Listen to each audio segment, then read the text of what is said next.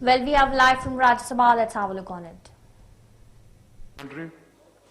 जनाब, स्वीडन के वीडैम इंस्टीट्यूट की साल 2020 की डेमोक्रेसी रिपोर्ट में कहा गया है कि नरेंद्र मोदी सरकार में मीडिया, नागरिक समाज और विपक्ष के लिए कम होती जगह के कारण भारत एक लोकतंत्र का दर्जा। कौन सी रिपोर्ट है ये?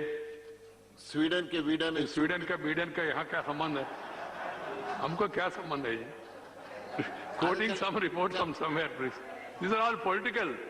वो अपना ओर देखे जी। The countries which are commenting about the internal affairs India, they should look inward and then talk about things. Please don't encourage such people. Sir मेरा क्वेश्चन है इसमें, पड़ोसी देशों के द्वारा जो झूठी प्रचार किया जा रहा है उसको रोकने के लिए भी भारत सरकार ने क्या कदम उठाए हैं, और जो झूठे खबर सोशल मीडिया के माध्यम से देश के अंदर फैलाए जा रहे हैं उस पे कितने मुकदमे दर्ज हुए? राइट।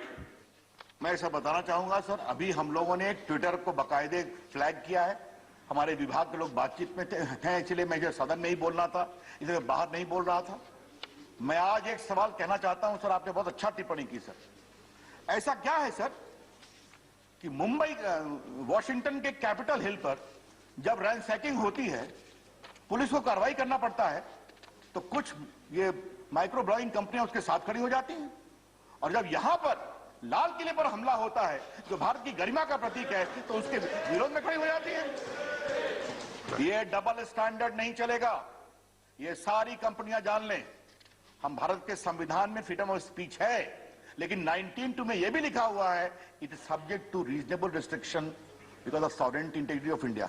ये क्या मजाक है कि आप नरेंद्र मोदी मैसेकर ऑफ किसान हैशटैग करते हैं? इसका मतलब क्या है? तो सर, आप वैमनस्य न फैलाएं, आप हिंसा न फैलाएं, झूठी खबरें न फैलाएं, और भारत के संविधान और भारत के कानून का पालन करें, इसमें हम बहुत ही सख्त रहेंगे। राइट। श्री विनय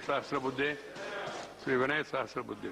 सोशल मीडिया और मीडिया में एक महत्वपूर्ण फर्क यह है कि सोशल मीडिया में हमें अपनी जो बात कहनी है उसकी पूरी स्वाधीनता होती है, मगर जब खुद को प्लेटफॉर्म कहने वाले सोशल मीडिया संस्थान जब मैंने क्या कहना या नहीं कहना इस पर नियंत्रण लाते हैं, तो वो एक दृष्टि से मीडिया होता है। अगर वो मीडिया की पद्धति से काम करता है तो क्या प्रेस काउंसिल का कानून या फिर फॉरेन डायरेक्ट इन्वेस्टमेंट के संबंध में जो नियम है वो सोशल मीडिया प्लेटफॉर्म्स को लागू करने के बारे में क्या सरकार गंभीरता पूर्वक सोचेगी? क्योंकि इस विषय में इलेक्ट्रॉनिक्स और टेलीकम्युनिकेशन की संसदीय स्थायी समिति ने भी रिकमेंडेशंस की हुई है। उस स्टैंडिंग कमेटी के अनुशंसाओं का ज्ञान है। मैं इतना ही कह दूंगा कि मित्र प्रकाश जावड़ेकर और हम दोनों सर पूरे इस गाइडलाइन को रिविजिट कर रहे हैं, और जैसे फाइनल हम लोग का मंतव्य बन जाएगा तो हम इस पर बताएंगे और उसकी प्रति सदन में भी रखेंगे। एक बात जो माननीय सदस्य ने कही है सर, वो बहुत ही महत्वपूर्ण बात है कि आप जब एक प्लेटफॉर्म बनते हैं तो आप अपना एक स्वयं का कानून बनाते हैं कि उसी से हम जांचेंगे कि क्या सही है गलत है, और उसमें भारत के संविधान और भारत के कानून की जगह नहीं होगी, तो ये तो नहीं चलेगा। आप यहां पर हैं तो आइए, आपके काम का सम्मान है, आप जो अच्छा काम कर रहे हैं उसका सम्मान है, आप व्यापार करिए, एफडीआई लाइए, पैसे लाइए, लेकिन भारत के कानून और भारत के संविधान का सम्मान करना पड़ेगा। ये हम बहुत फिर पुख्ता से कहना चाहेंगे। Shri Syed Nazir Hussain, Lok Sabha. Syed Nazir Hussain, Lok Sabha. Lok Sabha please. Thank you sir. Sir, European Union Disinfo Lab has published a report on news agencies like ANI for spreading disinformation in order to portray a positive image of the government. I just heard this minister mentioning that they have created a mechanism to burst the fake news. I want to ask the minister whether they are also taking action against those channels who are spreading fake news and who are giving wrong facts even in the media channels. Right. Sir, my department takes action from time to time, sir. Specific details I will convey. Even Prakash Javadekar Information Broadcasting Ministry also takes action from time to time. Sir, today I would like seek permission, sir, to make one statement with greatest of respect, sir. This government is led by leaders who have fought for the freedom of individual, freedom of media, independence of judiciary. Right.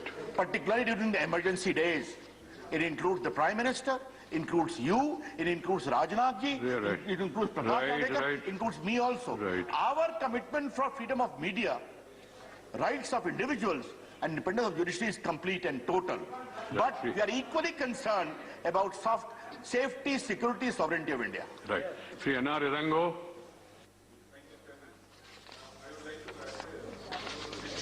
Taking steps.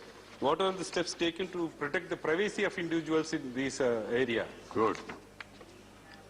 Privacy is a very important right. The Supreme Court has held that privacy is a fundamental right. Many of the areas of gap which you have in mind will be addressed when we come with the new guideline in the appropriate time. It is a work in progress. But sir, today, I would also like to gently convey to these media platforms, freedom is important. But when you abuse it in a manner, you are showing revenge sex videos, you are showing porns there in the unbridled way, you are showing fight on the streets designed to ignite super violence in an unbridled way. Please, family issues on these social media, I would urge the social media, if you have certain internal guidelines, please measure these unbridled exposure on the standards of your own guidelines and take action. Right. Question 114, Kanakamada Ravindra Kumar. Sir, question number 114. Mantri ji, Tribal Affairs. अब हो गया ना हमारा, सब हो गया. Very good. Answer is laid on the table. Supplementary, Ravindra Kumar. Sir, education is important tool for the emancipation of downtrodden. 3 districts in the state of Andhra Pradesh have high ST population. They are Visakhapatnam, Please, Shanti. Visakhapatnam, Vizianagaram and SRSP Nellore. I would like to know from the minister whether any special focus has been given to these districts and high allocation of fund has been proposed under the Eklavya Model Residential School so that more and more tribal students are brought under formal education system. Whether the state government has sent any specific proposal for this purpose. Right, Mantri ji. अध्यक्ष महोदय, सभापति महोदय, माननीय सदस्य को पूरी तरीके से उत्तर दे दिया गया है, लेकिन इसके अलावे भी कुछ जिलों के बारे में उन्होंने जो कहा है, राज्य सरकार के जो भी ऐसे प्रस्ताव आते हैं, राज्य और मंत्रालय के साथ मिलकर यह पीएससी की बैठक होती है और उस बैठक के माध्यम से उन महत्वपूर्ण योजनाओं को, चाहे वो शिक्षा के क्षेत्र में हो या स्वास्थ्य के क्षेत्र में हो, उनको स्वीकृत किया जाता है और उनके लिए पर्याप्त राशि दी जाती है। इसके पहले जो माननीय सदस्य ने पूछा था, उसकी पूरी सूचना दे दी गई है कि स्टेट गवर्नमेंट को जितने भी उसके स्कीम्स के रिलेटेड राशि की आवश्यकता थी, वो सारी राशि उपलब्ध करा दी गई। Second supplementary, Ravindra Kumar. Sir, Department related Parliamentary Standing Committee on Social Justice and Empowerment in its 12th report submitted in September 2020 noted with concern that during last 3 years only 30 students joined in the universities abroad under National Overseas Scholarship Scheme. I would like to know from the Honourable Minister, reasons for very poor enrollment of tribal students in universities abroad is whether lack of funds or lack of universities. Right, Mantri ji. सभापति महोदय, माननीय सदस्य ने ये विषय उठाया है। इसमें हमारी एक सीमित 1000 स्टूडेंट्स को हम इसके लिए उपलब्ध कराते हैं। इसके अलावे भी जो अतिरिक्त होता है उसको उपलब्ध कराने की कोशिश की जाती है। See, next question, Sri Mallikarjun Kharge ji. I put question number 115. Right. Mantri ji. Sir, Sir Kharge ji.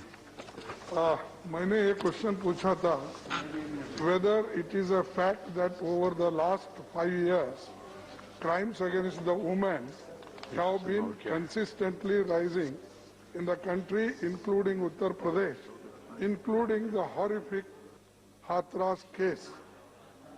ये हमने पूछा था और मेरे A to E तक इसके लिए उत्तर उन्होंने दिया है, जिसमें हाथरस इंसिडेंट हो या यूपी के इंसिडेंट हो।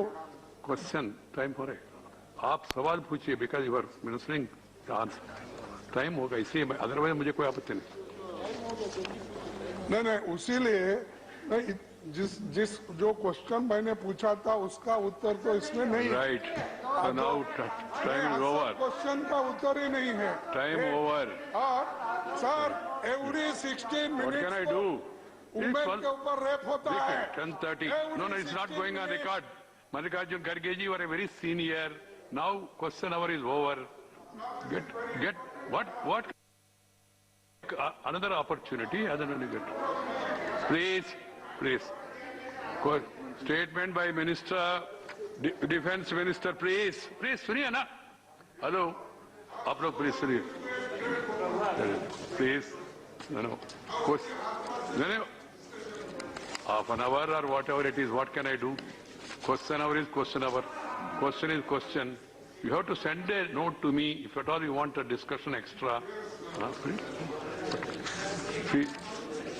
1 minute. श्री राजनाथ सिंह जी, आपका वक्तव्य का सबको काफी मिला दिया गया है, यहाँ पर आ गया है. यहाँ आया नहीं अभी. भाई थोड़ा जल्दी कराओ ना क्या, because by the time when the minister speaks better they have it in the hand. तो मैं बैठ जाऊँ? एक सेकेंड प्लीज.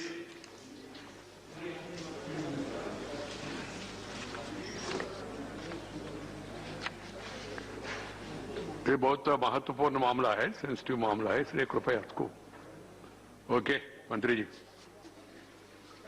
सभापति महोदय, आदरणीय सभापति महोदय, पिछले साल सितंबर में इस गरिमामयी सदन के समक्ष मैंने एक विस्तृत वक्तव्य ईस्टर्न लद्दाख में भारत चीन सीमा पर हुई डेवलपमेंट्स के बारे में दिया था. मैंने यह बताया था कि चीन द्वारा पिछले वर्ष अप्रैल मई 2020 के दौरान ईस्टर्न लद्दाख की सीमा के समीप भारी संख्या में शस्त्र बल तथा गोला बारूद आदि इकट्ठा कर लिया गया था.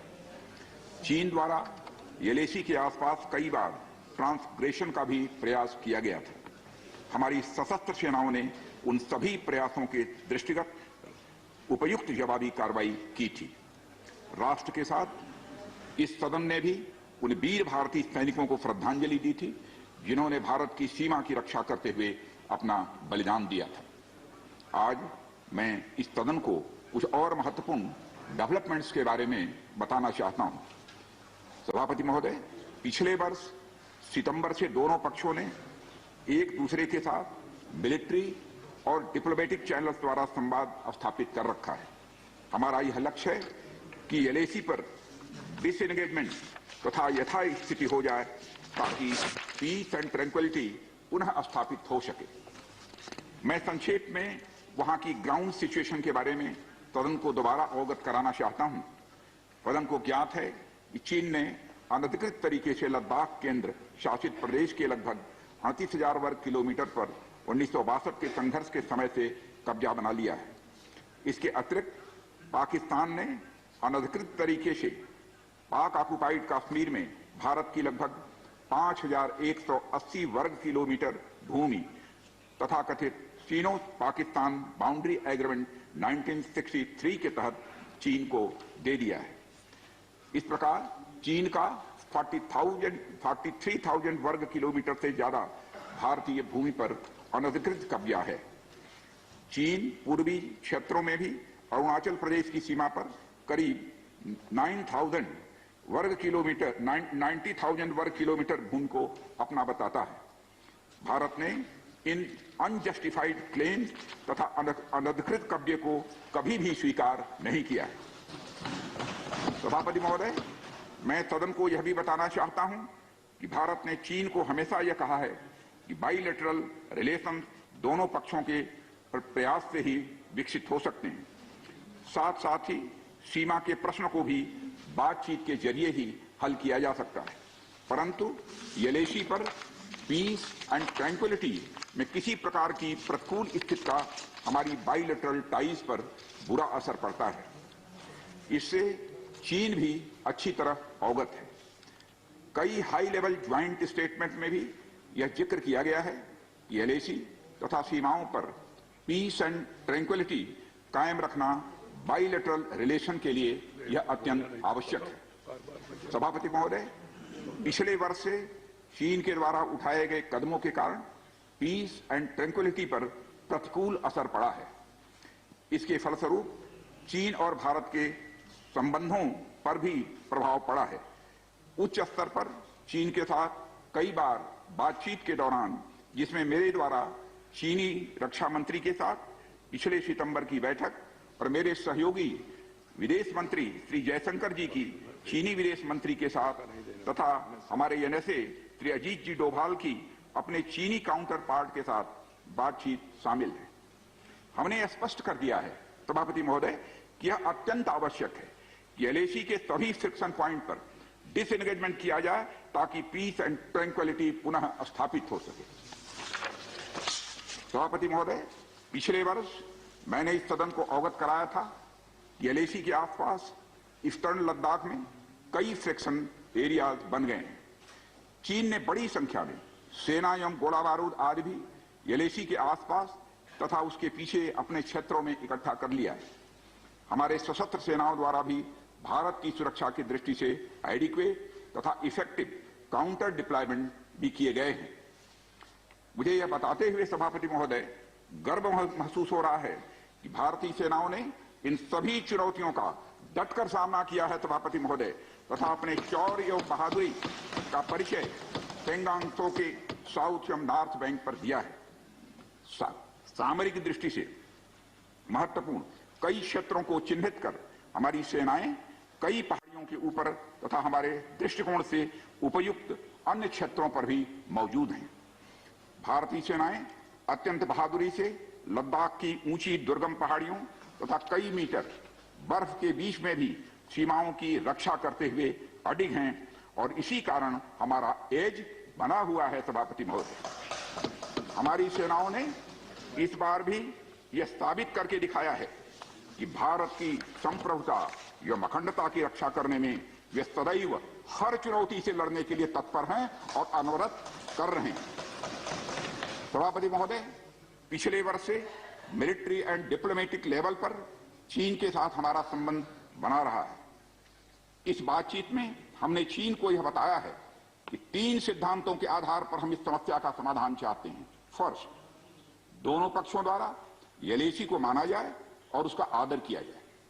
दूसरा, किसी भी पक्ष द्वारा यूनिलेटरली स्टेटस को बदलने का प्रयास न किया जाए।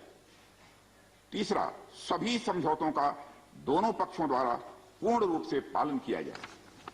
सभापति महोदय, फ्रिक्शन क्षेत्रों में डिसएंगेजमेंट के लिए भारत का यह मत है कि 2020 की फॉरवर्ड डिप्लॉयमेंट जो एक दूसरे के बहुत नजदीक हैं वे दूर हो जाएं और दोनों सेनाएं वापस अपनी अपनी स्थायी या मान्य चौकियों पर वापस लौट जाएं। सभापति महोदय, बातचीत के लिए हमारी स्ट्रेटेजी तथा अप्रोच माननीय प्रधानमंत्री जी के इस दिशा निर्देश पर आधारित है कि हम अपनी 1 इंच जमीन भी किसी और को नहीं लेने देंगे। हमारे दृढ़ संकल्प का ही यह फल है कि हम समझौते की स्थिति पर पहुंच गए हैं।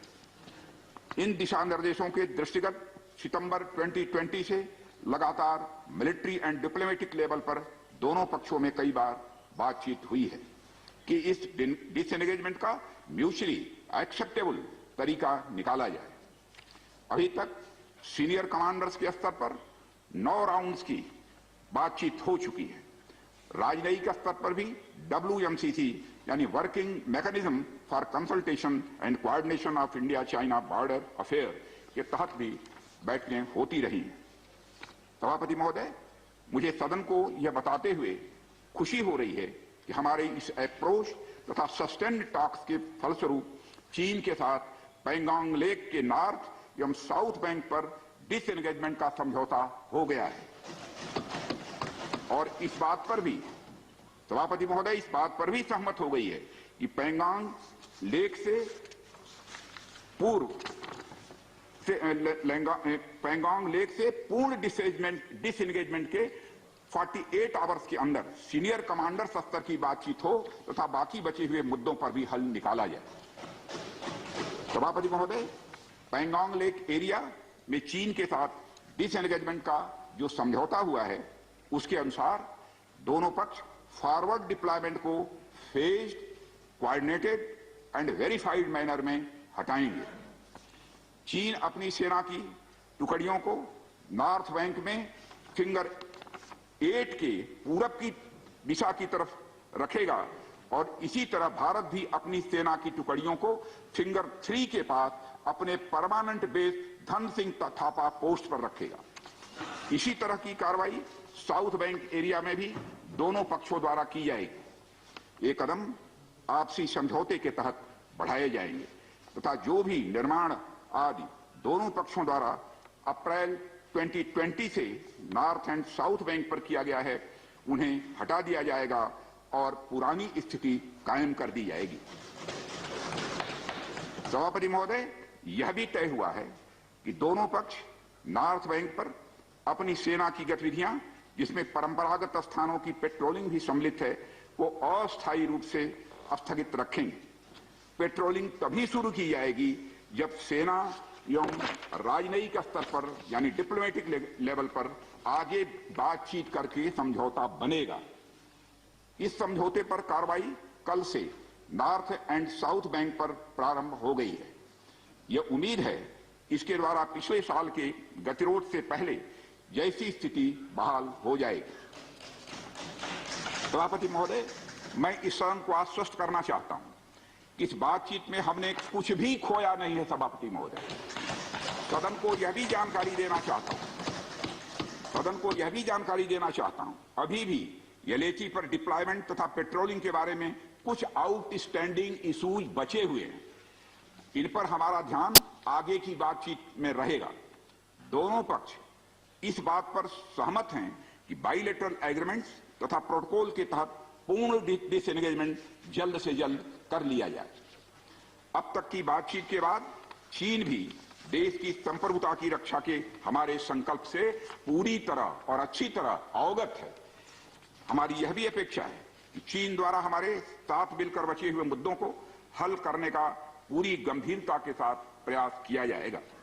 सभापति महोदय, मैं इस सदन से आग्रह करना चाहता हूं कि मेरे साथ संपूर्ण सदन हमारी आर्म्ड फोर्सेस की इस विषम एवं भीषण बर्फबारी की परिस्थितियों में भी शौर्य और वीरता के प्रदर्शन की भूरी भूरी प्रशंसा करे।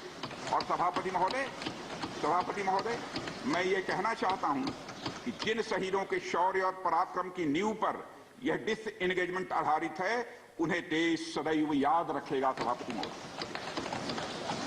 सभापति महोदय, मैं इस बात से भी पूरी तरह से आश्वस्त हूं कि यह पूरा सदन, चाहे कोई किसी भी दल का क्यों न हो, देश की संप्रभुता, एकता और अखंडता और सुरक्षा के प्रश्न पर एक साथ खड़ा है और एक स्वर से समर्थन करता है कि यह संदेश केवल भारत की सीमा तक ही सीमित नहीं रहेगा बल्कि पूरे विश्व को जाएगा। सभापति महोदय, यह बात मैं विश्वास के साथ कह सकता हूं। धन्यवाद सभापति महोदय। जय हिंद। धन्यवाद। Thank you, Defense Minister. We will be going to discuss budget. Mr. Subhash Chandra Bose was speaking, and now we will continue.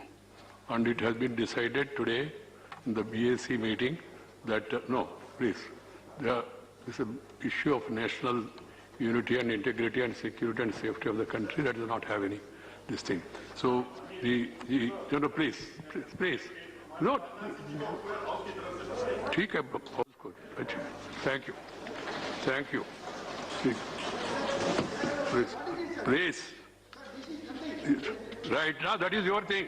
But please, no, this is a matter of national unity, safety and security. Discussions are going on, please. Today morning, it was decided that please sit down. Let us not send wrong signals.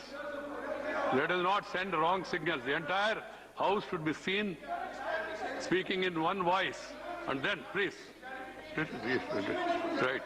Okay. Right. Please. Please sit down. Please. This is not the way. There were precedents earlier. In the matters of national unity and safety and security of the country, when the discussions are going on, the last 48 hours and now also, by tomorrow, and then discussions with Chinese. And we want to create controversies This is not good. It's not in the interest of the country. Please sit down. Sri Subhash Chandra Bose, on morning, as I told you, it was decided, please.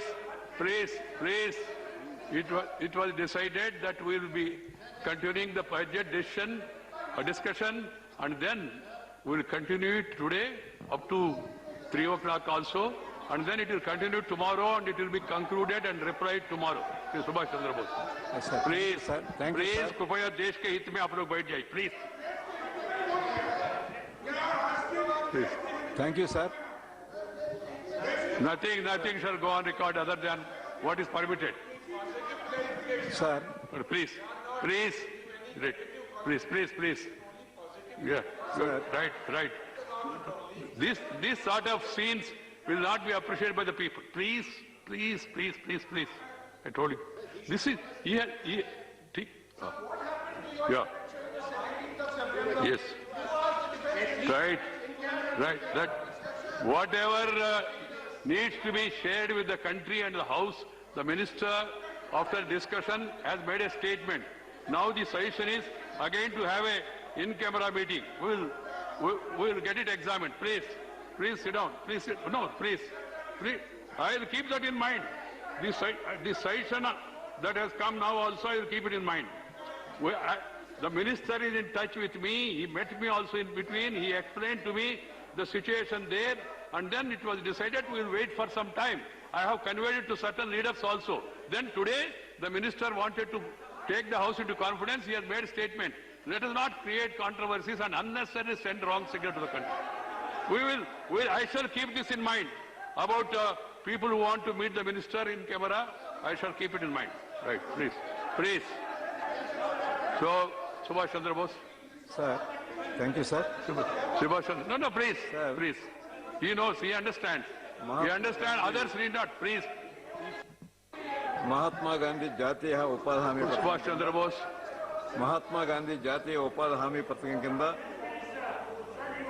గత సంవత్సరం 1,11,100 కోట్ల రూపాయలు మంజూరు చేస్తే మరి ఈ financial year లో కేవలం 73,000 కోట్లు మాత్రమే బడ్జెట్ లో ప్రతిపాదించడం జరిగింది అధ్యక్ష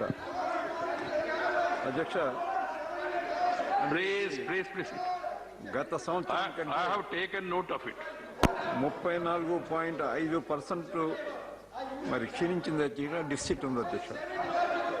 2020 డిసెంబర్ నాటికి దేశం మొత్తం మీద 38.7 బిలియన్లని నిలిచిపోతున్న అధ్యక్ష. గ్రామీణ ప్రాంతాలకి మరి జీవనోపాధి ఇచ్చే ఉపాధి హామీ పథకం మరి నిధులు పెంచలేదు సరికదా. 34.7 చాలా దురదృష్టకరం అధ్యక్ష. ఇది ఇంత పెద్ద మొత్తంలో గతంలో ఎన్నడూ తగ్గించలేదు అధ్యక్ష. Yes, I have taken note of it. I told you also that minister came and explained to me, and now you are again saying it. I shall keep it in mind and try to take the view of the government. దాని మీద ఒకసారి గౌరవ మంత్రి గారు for the time being and the talks are going on, please cooperate. ఉన్నాను అధ్యక్ష. Yeah, right. No, there were occasions. Please. రెండవది అధ్యక్ష, ఆంధ్రప్రదేశ్ రాష్ట్రంలో మరి వేళ ఒక బర్నింగ్ ఇష్యూ ఉంది అధ్యక్ష. విశాఖపట్నం స్టీల్ ప్లాంట్ ప్రైవేటీకరణ చేస్తామని మరి స్టీల్ ప్లాంట్ని ప్రైవేటీకరించేందుకు కేబినెట్ ప్రణాళికలు సిద్ధం చేసిందని దీని మీద వైఎస్ఆర్ కాంగ్రెస్ పార్టీ తీవ్రంగా వ్యతిరేకిస్తోంది అధ్యక్ష. రాష్ట్ర విభజన అనంతరం ఆంధ్రప్రదేశ్ రాష్ట్రంలో మిగిలిన ఏకైక అతిపెద్ద నవరత్న ప్రభుత్వ రంగ సంస్థ విశాఖపట్నం స్టీల్ ప్లాంట్ అధ్యక్ష. ఇది ఆంధ్రప్రదేశ్లోనే కాదు, దక్షిణ భారతదేశంలోనే పెద్ద ఉక్కు కర్మాగారం. 10 ఏళ్ల సుదీర్ఘ ఉద్యమం అనంతరం దాదాపు 32 మంది ఆత్మ బలిదానాల ఫలితం విశాఖ హక్కు ఆంధ్ర హక్కు అన్న నినాదం ఈనాటికి ఈ రాష్ట్ర ప్రజల గుండెల్లో ప్రబలంగా నాటుకున్న బలమైన ఓ భావోద్వేగం. ఇది రాష్ట్ర ప్రజల గర్వకారణం. ఈ ఉద్యమంలో అతి ఏకైక పెద్ద ప్రభుత్వ మరి రంగ స్టీల్ ప్లాంట్ దీన్ని కూడా ప్రైవేట్ పరం చేస్తే రాష్ట్రానికి ఇంకా మిగిలింది ఏమీ లేదు అధ్యక్ష. ఆనాడు పెద్ద ఎత్తున ఉద్యమం జరిగింది అధ్యక్ష. నేను కూడా అప్పుడు ప్రీ యూనివర్సిటీ చదువుతూ ఉన్నాను. నేను కూడా పాల్గొన్నాను అధ్యక్ష ఉద్యమం. తమరు కూడా పాల్గొన్నారు అధ్యక్ష. పెద్ద ఎత్తున మరి ఉద్యమం చేసి ఇది ఆంధ్రుల యొక్క విశ్వాసాన్ని దెబ్బతీసే విధంగా ఉంది అధ్యక్ష. ఈ నిర్ణయం ఒకసారి తిరిగి పునరాలోచించవలసిందిగా గౌరవ ప్రధానమంత్రి గారిని కోరుతూ ఉన్నాను అధ్యక్ష. ప్రత్యక్షంగా పరోక్షంగా లక్షలాది మందికి ఉపాధి కల్పిస్తున్న స్టీల్ ప్లాంట్ ప్రపంచ మార్కెట్లోనే అత్యంత నాణ్యమైన స్టీల్ గా ప్రశంసలు పొందింది అధ్యక్ష. అనేక ఏళ్ల పాటు లాభాలు ఆర్జిస్తూ పన్నులు డివిడెండ్ల రూపంలో రాష్ట్ర కేంద్ర ప్రభుత్వాలకు వేలాది కోట్ల రూపాయలు రెవెన్యూ అందించినటువంటి విశాఖపట్నం స్టీల్ ప్లాంట్ ని ప్రైవేట్ చేతుల్లో పెట్టాలన్న నిర్ణయం ఆంధ్ర రాష్ట్ర ప్రజలకు మరి సాధారణంగానే కోపోద్రికం చేస్తుంది అధ్యక్ష. స్టీల్ ప్లాంట్ పునర్నిర్మాణం సుభాష్ చంద్రబోస్ 3 దశలు చేపట్టాలి. Sorry to stop. Subhash Chandra Bose. Sir. See, I know the convention. There were occasions and statements were made. Clarifications were asked subsequently also, not immediately also. There are instances. Let us not be selective on that. Secondly, I also remember what Jairam Ramesh is trying to time and again remind me. See, I have taken up the matter with the defense minister. He came and met me and he told me, sir, discussions are going on with the neighbor and we're at a delicate stage. Just let us wait. Then again, the other day, when I met some leaders, I don't want to name them, opposition leaders, I told them also, this is what the defense ministers told me. And thirdly, to make it brief, again, yesterday, defense minister met me. We discussed it. And then defense minister said, I want to now share with the parliament some of the details of discussion that are going on between both the countries. And after consultation within the Ministry of Defense and External Affairs and then officers, he has come with a statement, and yesterday night he called me and told me, sir, I want to take the House into confidence today. I said, okay. Then I permitted him. He made, to my knowledge, a fairly elaborative statement. I never deny that there is no right to the members to ask any supplementaries on any issue. But keeping in view the sensitivity of the situation, because the talks are going on, commander level talks are within 48 hours, and tomorrow also another level of talks are going on, the minister has taken the House into confidence. But now also some members are suggesting, sir, why not at least in camera? And some members are saying, no, permit us clarifications, etc. I want to make only one appeal to the entire House, to all parties. This is not a political matter. It's a national interest. Please let us be seen that we are speaking with one voice. And then move. Please. What is it one voice? Please. Let us not make, and the chair is on, the chair is on his legs. If you don't want to even, if you don't want to respect the appeal also, then I will leave it to your better sense. You want to question and you want to ask the minister, or you want to ask the chair also. I am telling you, you have said it now. You said it. I understand, that much understanding I have. Please, see, yes. No, I do agree. We all respect him, irrespective of how many years is not the issue. He is knowledgeable. He is a very important person. And there were occasions, I have told you, if you want me to quote also, there were occasions clarifications were sought subsequently also. That also I remember. Let me apply my mind, talk to the government, and then come to a final conclusion. Mr. Subhash Chandra Bose. Right, please. There is no discussion now as such. Please. No, Anthony, please. I have already clarified. Please, after the chair. They are not fair. After the chair, it's not fair. Please. Please, please. No, I have not denied it totally. Please. Andhra Pradesh గౌరవ ముఖ్యమంత్రి గారు speaking in Telugu గౌరవ ప్రధానమంత్రి గారికి ఒక లేఖ రాశారు అధ్యక్ష. స్టీల్ ప్లాంట్ పునర్నిర్మాణం పునరుద్ధరణ 3 దశల్లో చేపట్టాలని వారు ఇచ్చిన సలహాలు అధ్యక్ష గౌరవ ప్రధానమంత్రి గారికి. 2, విశాఖపట్నం ఉక్కు కర్మాగారం ఉన్నటువంటి బకాయిలు వడ్డీ రుణమాఫీని ప్రకటించాలి. అదేవిధంగా ఆర్థిక పునర్నిర్మాణం కొరకు ప్లాంట్ రుణాన్ని ఈక్విటీగా మార్చాలి.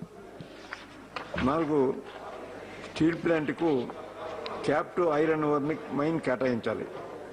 మా గౌరవ ముఖ్యమంత్రి శ్రీ జగన్మోహన్ రెడ్డి గారు ప్రతిపాదించినటువంటి విధంగా ఒరిస్సాలోని క్యాప్టన్ మైన్ను కూడా విశాఖ స్టీల్ ప్లాంట్కి కేటాయించే అంశాన్ని పరిగణలోకి తీసుకోవాలని 3 ప్రధానమైనటువంటి మరి 4 సలహాలు కూడా ఇచ్చారు అధ్యక్ష.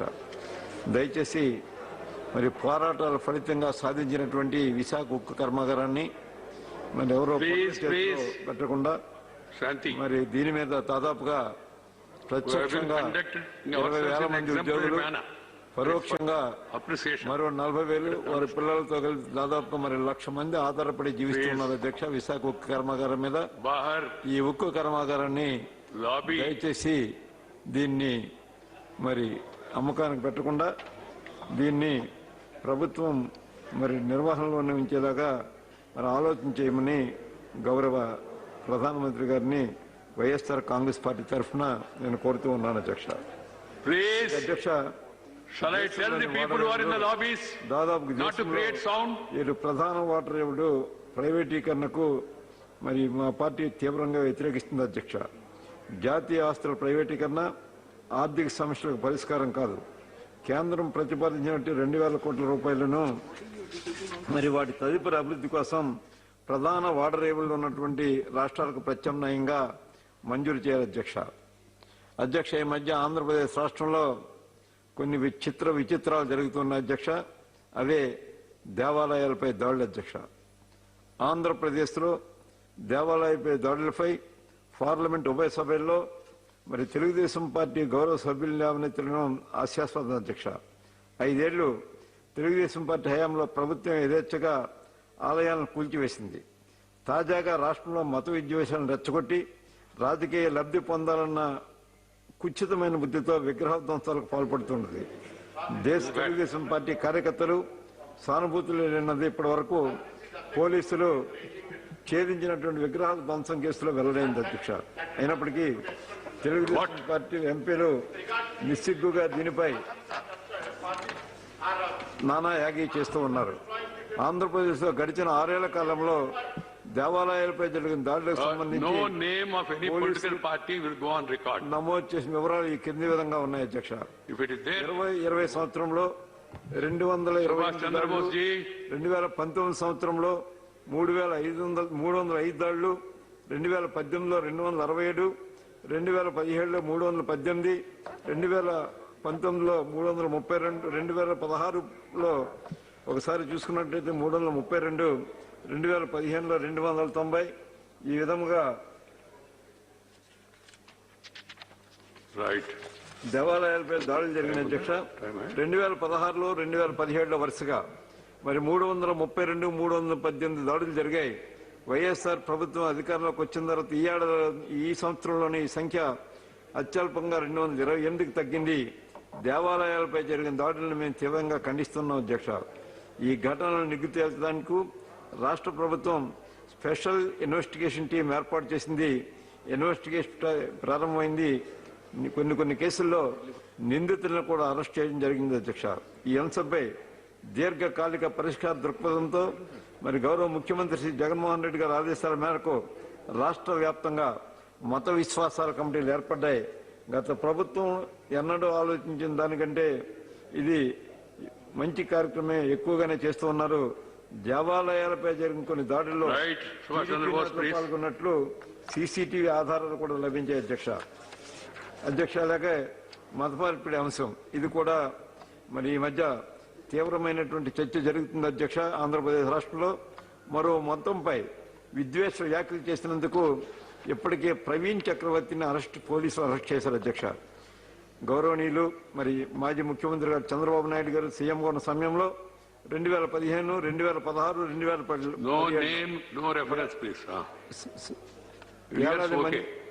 2017 వేలాది మందిని మత మార్పిడి చేసినట్లు ప్రవీణ్ చక్రవర్తి మరి పోలీస్ ఇన్వెస్టిగేషన్లో చెప్పారు అధ్యక్ష. ఈ దీక్షలో మరి ఆనాటి ముఖ్యమంత్రి పాల్గొన్న క్రైస్తవ మిషనరీల నుంచి కూడా డబ్బులు తీసుకున్నారని ఆయన పాలనలో బయట వ్యక్తులు చేసిన స్టేట్మెంట్ లోపల చెప్పడానికి లేదు. అర్థం చేసుకోండి. సుభాష్ చంద్రబోస్ బయట ఎవరెవరో ఏదో చెప్తే వాటిని వాళ్ళ పేరుతో ఇక్కడ కొట్టాలంటే మనం దాన్ని అథెంటికేట్ చేయాలి, ప్రూవ్ కావాలి. వద్దు, ముందుకు వెళ్ళండి. బడ్జెట్ పాలనలో ఇలాంటి అనేక అనైతిక విషయాలు చోటు తీసుకున్నాయి అధ్యక్ష. మౌలిక సదుపాయాలు ప్రాజెక్టులు తమిళనాడు, కేరళ, బెంగాల్, జాతీయ రహదారి ప్రాజెక్టులను మంజూరు చేస్తున్నట్టు బడ్జెట్ లో ప్రకటించారు.